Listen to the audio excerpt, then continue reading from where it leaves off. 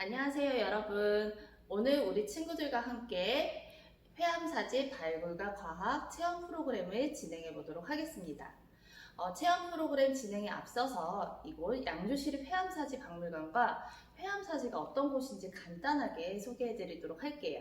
이곳 양주시립 회암사지 박물관은 사적 128호로 지정된 회암사지에서 출토된 유물들을 보관하고 전시하고 그리고 연구, 교육하는 기관입니다. 이곳이 바로 양주 회암사지입니다. 굉장히 넓죠. 1997년부터 10여 년간 총 12차례 발굴 조사를 통해서 많은 유물이 나왔습니다. 지금은 보시는 것과 같이 건물 없이 터만 남아 있지만 이곳에서 발굴된 많은 유물을 통해서 우리는 과거 회암사의 역사에 대해서 알아갈 수 있습니다. 이렇게 전시되고 있는 유물들은 회암사지터에서 발굴된 유물들입니다. 이 유물들이 발굴이라는 과정을 통해서 우리 친구들에게 소개되고 있는데요. 그럼 이렇게 발굴이라는 과정이 과연 어떤 과정인지 또 무엇인지 우리 오늘 함께 알아보도록 하겠습니다. 지금부터 화면을 보면서 발굴에 대해 알아보도록 하겠습니다. 친구들, 발굴이란 무엇일까요?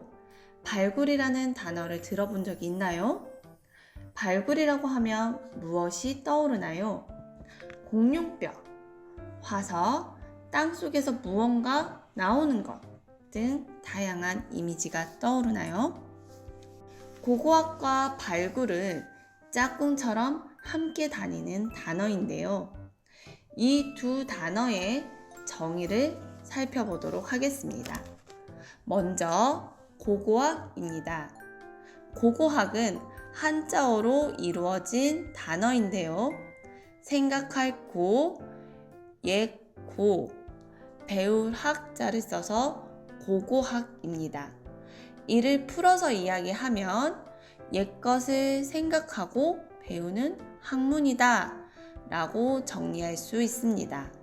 그럼 고고학과 짝꿍처럼 함께 다니는 발굴은 바로 고고학을 연구함에 있어 가장 기본적인 연구 방법으로 땅속에 묻혀있는 옛 사람들의 흔적을 찾고 밖으로 꺼내는 작업을 말합니다.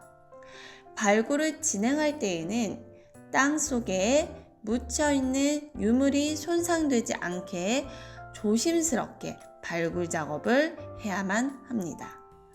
발굴은 유물이 발견된 위치를 파악하고 다른 유물과의 관계를 이해하는 모든 과정을 우리는 발굴이라고 이야기합니다. 간단한 고고학 용어를 알려드리도록 하겠습니다. 먼저 유적.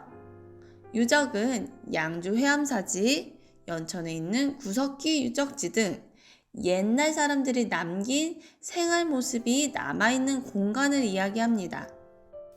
유구는 유적을 구성하는 장소를 이야기하는데요. 유적에 위치하고 있는 집터, 건물지 등이 이에 해당한다고 볼 수 있습니다. 유물은 바로 옛사람들이 쓰던 물건을 이야기합니다. 박물관 전시실에 전시되어 있는 것들이 유물에 해당되지요. 발굴 조사는 학술 발굴, 구제 발굴 이렇게 두 가지 유형으로 나누어집니다. 학술 발굴은 유적에 대한 고고학적인 다양한 연구를 하고자 기록을 확인하고 조사를 진행한 뒤 계획적으로 진행하는 유형이고, 구제 발굴은 댐이나 도로, 아파트 등 건설을 할 때 우연히 발견되어 진행되는 발굴 조사를 이야기합니다. 우리나라는 일정 규모 이상의 공사를 진행하기 전에는 반드시 유물 또는 유구가 없는 미리 조사를 해야 합니다.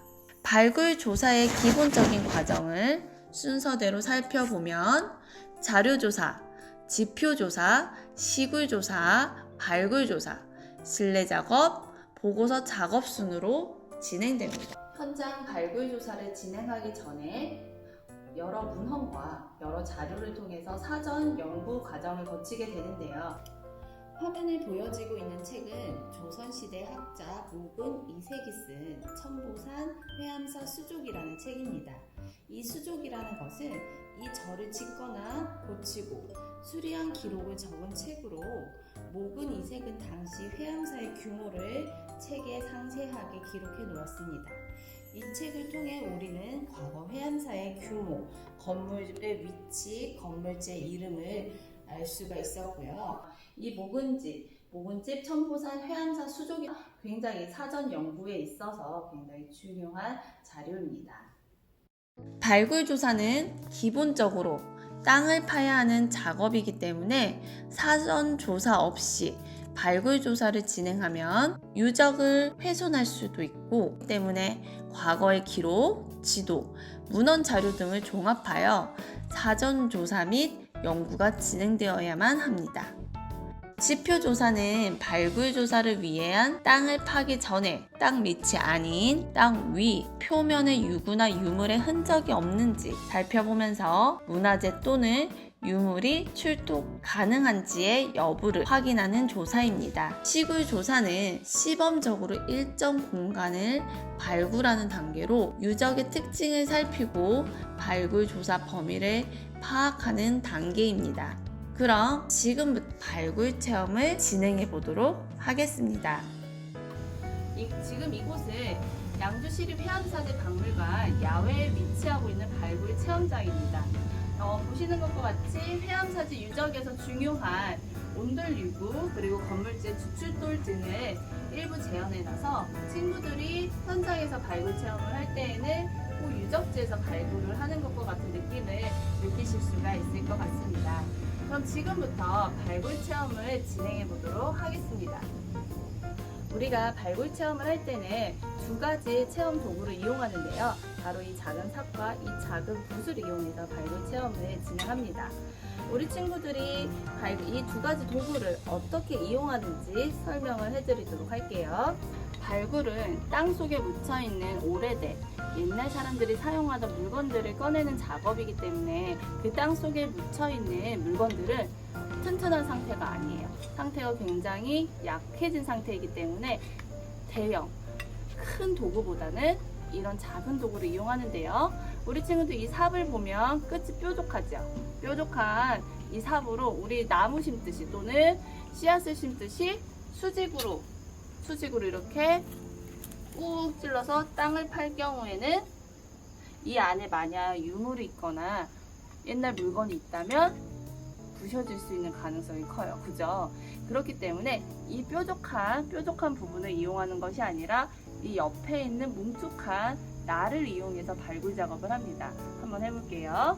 이 옆 날을 이용해서 이 모래들을, 이 덮여있는 흙을 옆으로 밀듯이, 수평적으로 이렇게 밀듯이 작업을 합니다. 그러다 보면 이렇게 뭔가가 걸려서 나오게 돼요. 그러면 그때는 이 붓을 이용해서 살살 유물이 모양이 드러나게 되죠. 이 주변을 이렇게 파서 이렇게 붓으로 털어내듯이 파주세요. 파주면 바로 이렇게 유물이 우리 앞에 드러나게 됩니다. 보이시죠?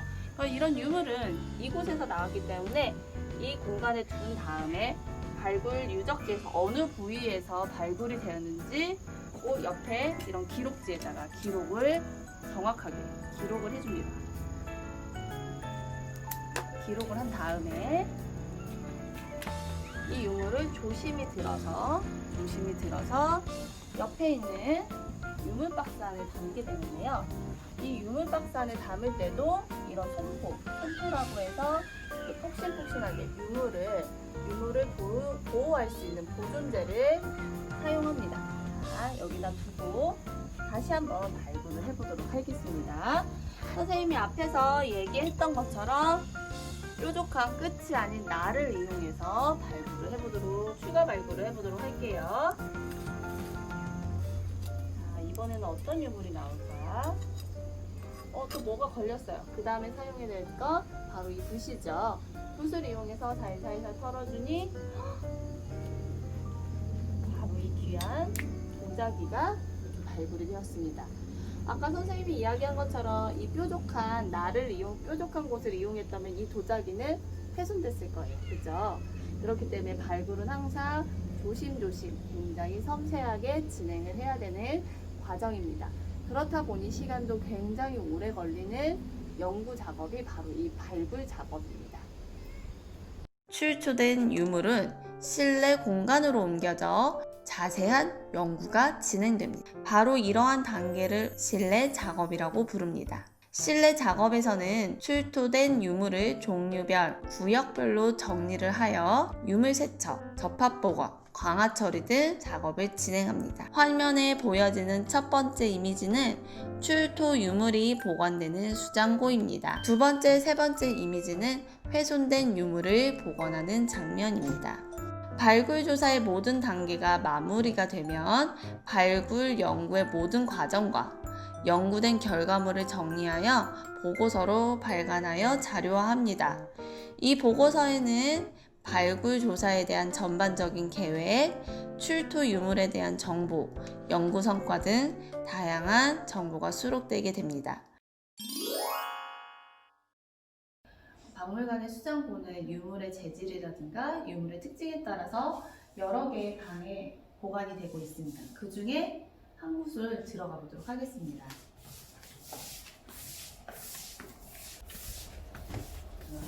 이쪽으로 들어오시면 그 유물을 연구하고 있는 선생님들의 모습도 보여지고 있죠. 좀 더 안쪽으로 들어가 보실게요. 수장고는 유물의 고유 넘버, 수 번호에 따라서 이렇게 보관되고 있는 장소가 다 지정이 되어 있습니다. 그래서 지정된 장소를 치면 어떤 유물이 어떻게 보관되고 있는지 우리가 알 수가 있는 거죠. 유물들은 이렇게 문화유산 표준관리 시스템이라는 컴퓨터 시스템에 입력을 하게 됩니다. 그러면은 우리가 언제든지 어떤 유물이 어떤 상태로 보관되고 있고 또 보존 처리가 되었는지 그리고 어디에 소장되고 있는지를 한눈에 알 수가 있습니다. 우리 박물관 회암사지에서 출토된 유물이 이렇게 입력되어 있는 것을 보실 수가 있습니다. 그냥 입력하는 것이 아니라 충분히 이 유물에 대한 정보 그리고 연구가 이루어진 다음에 이렇게 시스템에 입력을 하게 되어 있습니다. 지금부터는 실내 작업 중 하나인 유물 복원 체험을 간단하게 진행해 보도록 하겠습니다. 자, 우리 친구들 오늘 발굴 체험도 했었고 발굴된 유물들이 보관되는 수장고도 간단하게 살펴봤어요.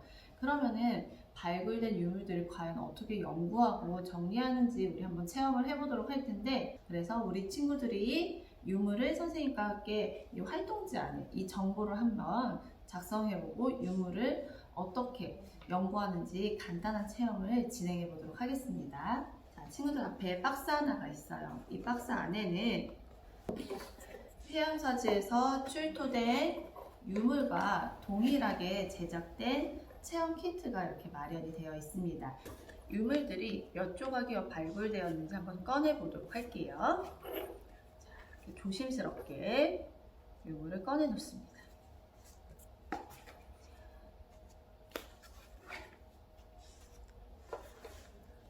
이렇게 유물이 꺼내졌어요. 그러면은 총 몇 조각으로 쪼개져 있는지, 이게 또 하나의 기화로 완성되는지도 한번 살펴봐야겠죠? 이러한 여러 가지 특징들을 오늘 우리는 이 일지에 한번 적어 보도록 할 거예요. 자, 지금 보면은 이렇게 봤을 때는 제각각 떨어져 있는 유물들이에요. 그렇죠?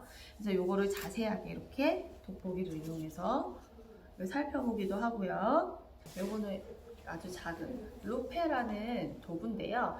우리 자연과학 시간에 나뭇잎의 줄기라든가 이런 거 살펴볼 때도 사용되는데, 유물을 살펴볼 때도 이런 작은 루페를 가지고 좀 더 자세하게 이렇게 볼 수가 있습니다.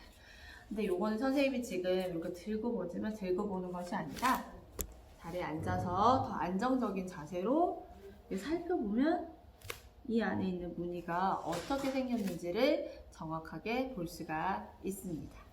선생님이 이렇게 살펴본 결과 이 조각들은 하나의 기와의 조각이었어요. 그러면은 이거를 접합이라는 과정을 통해서 어떻게 생겼는지 한번 맞춰보도록 할게요. 퍼즐을 맞추듯이 이 유물의 조각과 모양을 보고 우리 한 번씩 맞춰보도록 할 거예요. 선생님도 한번 맞춰보도록 하겠습니다.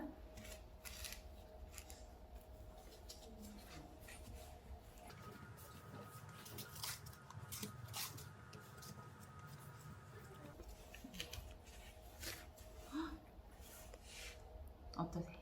이렇게 우리 회암사지 출토 유물을 똑같이 복제한 유물이 이렇게 완성이 되었습니다. 이렇게 유물을 합쳐봤어요.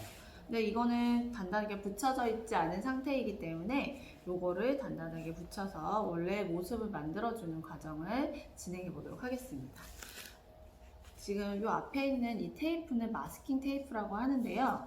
이 테이프를 이용해서 이 유물들이 움직이지 않도록 간단하게 고정을 해보도록 하겠습니다. 마스킹 테이프를 조금씩 이렇게 조그맣게 뜯어서 이렇게 갈라진 부분에 붙여줄게요. 갈라진 부분에 붙여서 유물들이 최소한 움직이지 않도록 교정을 해보도록 하겠습니다. 네, 이런 마스킹 테이프를 사용하는 것도 이 유물이 기와이기 때문에 사용할 수 있는 거고요. 유물의 종류가 어떤 것이냐에 따라서 우리가 이런 복원 작업을 하거나 기록을 할 때 사용되는 도구들이 다 다양하게 달라진다는 걸 우리 친구들 꼭 기억해 줬으면 좋겠어요. 이런 기와 같은 경우는 이런 마스킹 테이프를 사용해도 유물의 훼손도가 적기 때문에 사용이 가능한 겁니다. 이렇게 최소한으로만 조금씩 이렇게 붙여줄게요. 이렇게 최소한 움직이지 않을 정도로만 이렇게 붙여주도록 하겠습니다. 그러면 더 단단하게 붙여주는 작업을 할 텐데요. 우리 친구들 뭐 부셔지거나 깨지거나 하면은 본드를 이용해서 붙이죠. 그것처럼 유물도 유물에 쓰이는 이런 본드가 있어요. 본드를 이용할 텐데 이 본드는 냄새도 굉장히 강하고 그렇기 때문에 너무 밀폐된 공간에서 사용하시면 친구들 머리가 아플 수도 있고 좋지 않기 때문에 아주 소량만 사용하고 밀폐된 공간에서는 좀 환기를 시키면서 사용을 하도록 할게요. 그리고 이런 유물을 보관하는 수장고에서도 계속 작업을 하는 것이 아니라 한 50분 작업을 하면 한 10분 정도 밖에 공기를 쉬면서 환기를 시켜주고 몸도 좀 좋은 공기를 마셔주고 해야 돼요.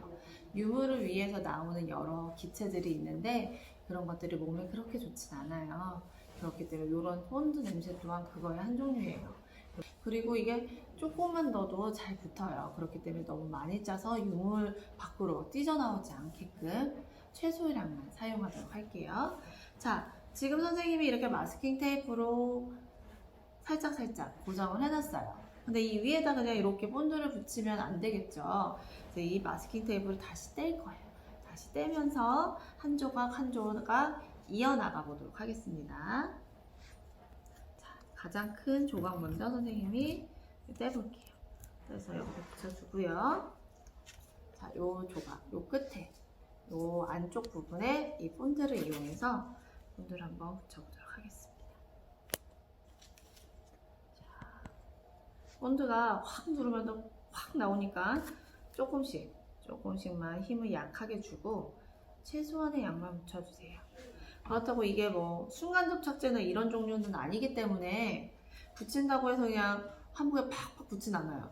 그렇기 때문에 좀 오랜 시간 그 자리에 그대로 두어야 되니까 친구들 붙이면서도 바로 안 붙어 이렇게 생각하지 말고 천천히 시간을 두고 작업을 해주시면 됩니다. 한 조각 붙여졌어요. 그죠? 그리고 두 번째 조각 가볼게요. 그리고 한쪽 옆으로 붙여져 있기 때문에 이 조각은 건들지 않도록 조심해서 작업을 해줍니다. 모든 작업이 굉장히 쉬워 보이지만 조심조심 다뤄줘야 되는 부분이고요. 물론 이 지금 선생님이 만지고 있는 거는 체험용으로 만들어진 거지만 정말 유물을 다룬다는 생각으로 우리 친구들도 체험에 임해주시면 고마울 것 같아요. 자, 이것도 조금씩 톡톡톡 몇 방울만 발라주세요. 그리고 안 쓸 때는 꼭 뚜껑 닫아주시고요. 그래서 그대로 다시 한번 접합을 해줍니다. 네, 이렇게 순차적으로 갈 거예요. 순서대로. 친구들 이걸 붙일 때도 순서를 생각을 해줘야 돼요. 나 가운데 거 먼저 붙일래 하고 가운데 걸 먼저 뜯어가지고 붙이면은 주변의 거를 붙이기가 힘들잖아요. 그래서 순서대로 한 가지 방향으로 해서 친구들이 순서를 정해서 여기 먼저 접합해야겠다 뭐 이런 순서를 정해주면 접합할 때 좀 더 쉽고 신속하게 할 수가 있어요. 자, 이것도 이렇게 딱 맞춰주고요. 그리고 다른 조각들이 붙어 있기 때문에 이 가운데 조각은 떼내기가 힘들잖아요. 여기는 떼지 않고도 살짝 이렇게 본드를 좀 붙여주고요. 이쪽 한쪽 면에 본드를 붙여서 이렇게 마무리 작업을 해줄게요. 지금 돌아가면서 전체적으로 한 번씩 본드를 묻혀서 접합이 됐습니다. 그렇죠? 이 상태에서 와, 다 붙였다고 팍 만지면 어떻게 될까? 다시 조각조각 나게 돼요. 그렇죠? 선생님이 앞에서 말했던 것처럼 이 조각에 본드를 붙였을 때는 조금 기다려줘야 돼요. 유물은 꺼내는 작업도 오래 걸리지만 이렇게 관찰하는 과정도 굉장히 오래 걸린답니다. 자, 이렇게 접합이 됐고 아직 굳은 상태는 아니지만 선생님이 친구들한테 알려줘야 되니까 선생님은 바로 관찰하는 걸 들어가도록 할게요. 우리 명세표에 뭐 있어요? 유물명 있어요. 유물 이름을 적어야 돼요. 그쵸? 그러면은 이걸 보고 계속 이 유물만 뚫어지게 쳐다보고 있다고 해서 유물명을 알 수가 없겠죠. 그래서 사전에 연구됐던 여러 가지 이런 책자들을 보면서 이곳에 이 유물의 이름은 어떤 게 적당한 건지 어떤 게 맞는 건지 살펴봅니다. 살펴본 후에 이거는 건물에서 쓰였던 기와구나 라는 걸 우리가 알 수 있고요. 그냥 기와가 아니라 문양이 그려져 있어요. 그쵸? 이렇게 선생님이 들어보면 깨져서 좀 들 수는 없죠. 이렇게 봤을 때 모양이 있죠. 꽃 모양이 있네. 꽃 모양이 있고 넝쿨 모양도 있고 그러면 이거는 또 어떤 종류의 기와였을까? 기와 종류가 뭐 암기와, 숫기와, 막새기와 여러 가지가 있어요. 그런 기와들의 종류도 자료를 찾아보고 그러면 이거는 막새기와라는구나 라는 걸 우리가 알 수 있어요. 그러면은 연꽃 문양이 그려져 있죠. 그러면은 연꽃 문양이 그려진 막새기와. 근데 이름이 너무 길죠. 이거를 줄여서 우리는 연화문, 연꽃의 문이라는 거예요. 연화문 수막새라고 우리가 명칭을 정할 수가 있겠어요. 그러면 우리 유물명에는 뭐라고 적어야 될까요? 연화문 수막새라고 적어주면 되겠죠. 그리고 지금 친구들 키트 받은 거에 보면은 이런 꽃무늬도 있지만 이렇게 날아다니는 새의 모습을 한 기와를 받은 친구들도 있겠어요. 그 새는 우리 왕실을 상징하는 공황문이에요. 공황이거든요. 그래서 만약에 선생님이 지금 연꽃 모양에서 연화문이라고 했어요. 그럼 공황이 그려진 건 뭐라 그래야 될까? 그렇죠. 공황문 막새기 또는 수막새라고 적어주면 우리 유물 명칭은 마무리가 되겠죠. 그리고 종류. 이게 뭐라 그랬죠, 선생님이 지금? 기와를 막아주는 막새기와라고 했어요. 그럼 종류에는 우리 막새기와류 또는 기와류라고 적어주면 될 것 같아요. 선생님은 막새기와라고 적겠습니다. 자, 막새기와. 그럼 재질은 어떤 걸로 적어줄까? 재질.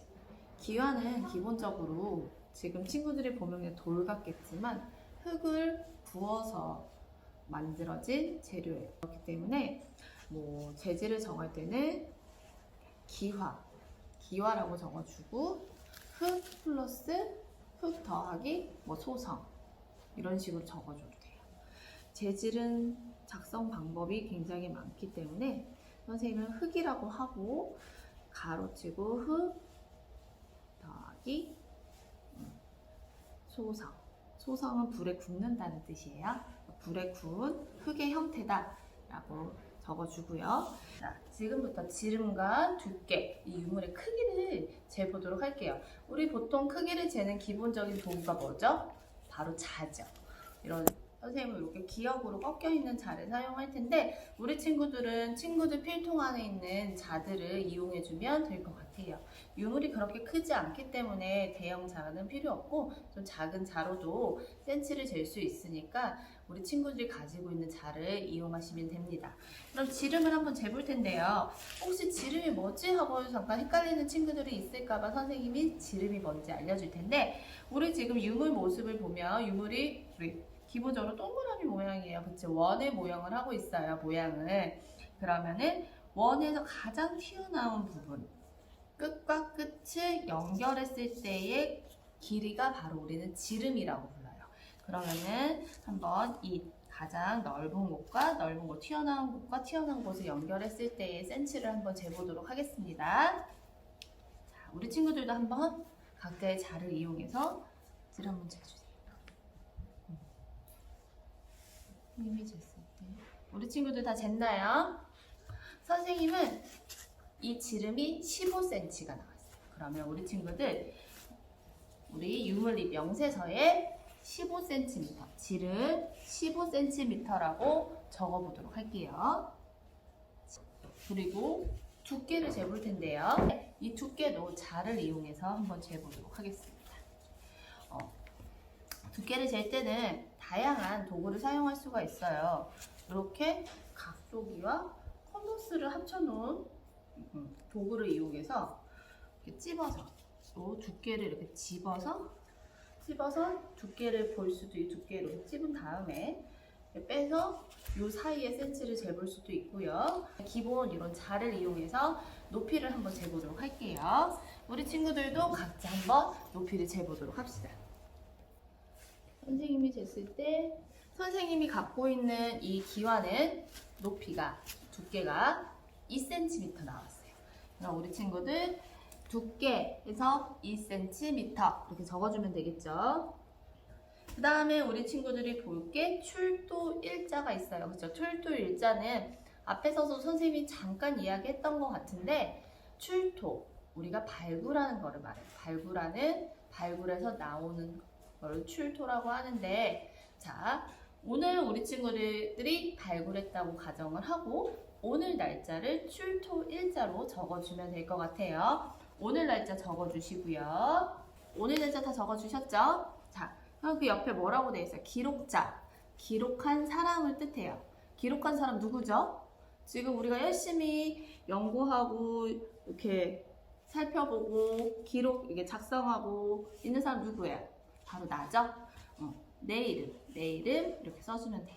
우리 친구들 지금 다 연구를 하고 있는 사람이니까 뭐 누구누구 연구원 이렇게 써주면 더 재밌을 것 같아요. 그죠? 다 연구자가 됐다라는 마음가짐으로 내 이름, 선생님 이름은 유민영이니까 유민영 연구원 이렇게 적어주면 될 것 같아요. 자, 이름 다 적으셨어요? 자, 적었으면 이제 대망의 특징을 우리 적성을 해보도록 할 거예요. 이 선생님은 지금 앞에서 연꽃 문양이 있는 연화문 수막새를 지금 관찰하고 있습니다. 우리 친구들도 선생님이랑 같은 연꽃 모양이 있는 기와를 가진 친구들도 있을 거고 앞에서 이야기했던 새 모양, 봉황 무늬를 가지고 있는 기와를 갖고 있는 친구들도 있을 거예요. 그래서 그거를 보면서 각자 다양한 방법과 다양한 관찰 능력을 한번 발휘해 보도록 할게요. 선생님이 뭐 힌트를 주자면 지금 우리 친구들은 여러 조각으로 나뉘어져 있던 기와를 붙였어요. 그쵸? 그러면은 몇 조각으로 나뉘어져 있었다. 그 나눠진 특징 중에 굵게 있었던 것, 아니면 작은 조각이 많았다. 또는 큰 조각이 많았다. 이런 것도 특징의 하나로 적을 수가 있고요. 그리고 기본적으로 우리 유물의 이름을 알려주었던, 유물의 이름을 지을 수 있게 도와줬던 무늬가 있어요. 그쵸? 어떤 무늬가 그려져 있다. 만약에 연화무늬다. 연꽃이 그려져 있다면 연꽃의 잎이, 꽃잎이 몇 개가 그려져 있다. 또는 넝쿨이 있다. 등등이 될 것 같고요. 봉황. 지금 봉황인 새가 있는 기와를 가진 친구들은 거기에 보시면 한자가 적혀 있을 거예요. 한자가 적혀 있는 것 또한 굉장히 큰 특징이에요. 그렇기 때문에 한자가 적혀 있다거나 또는 한자의 뜻을 아는 친구들은 그 한자의 뜻도 한번 적어보면 좋을 것 같고요. 다양하게 친구들 나름대로의 기록을 해주면 돼요. 앞에서 선생님이 컴퓨터에다 입력을 한다고 했었죠. 그렇지만 지금 우리는 입력을 못하기 때문에 최대한 이 명세서, 유물 명세서에 다양한 이 유물의 정보를 적어주는 게 굉장히 중요합니다.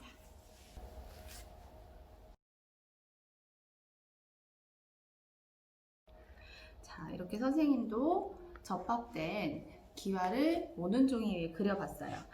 우리 친구들 이 곳에도 그려보지만 실제 우리 친구들 노트나 연습장에도 한번 그려보는 시간 가져봐도 좋을 것 같아요.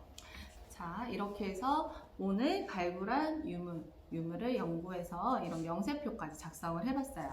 우리 친구들 오늘 하루 어땠어요? 발굴이 무엇인지, 또 발굴은 어떻게 하는지, 발굴돼서 나온 유물이 어디에 보관되는지, 또는 연구가 되는 공간이 어떤 곳인지 살펴보고, 또 발굴된 유물을 이렇게 접합해서 연구하는 과정까지 간단하게 체험을 해봤습니다. 우리 친구들 땅속에 묻혀있던 옛날 물건들을 통해서도 옛날 사람들이 어떻게 살았는지 우리가 알 수 있다는 거 오늘 꼭 기억해 줬으면 좋겠고요. 지금 활동지는 이거 했다고 그냥 아유 다 했어 하고 딱 놔두지 말고 이 앞에 보면 폐암사지 다양한 유물도 있고 발굴이 어떻게 이루어졌는지 또는 발굴이 어떤 건지에 대해서도 한 번 더 정리를 하고 있으니까 친구들 집에서 또는 학교에서도 한번 살펴보고 우리 나중에 박물관에 올 수 있는 기회가 있다면 박물관에서도 우리 친구들이 작성했던 이 유물들을 한번 찾아보는 시간 가졌으면 좋겠습니다. 그러면 오늘 수업은 여기까지 할게요. 감사합니다.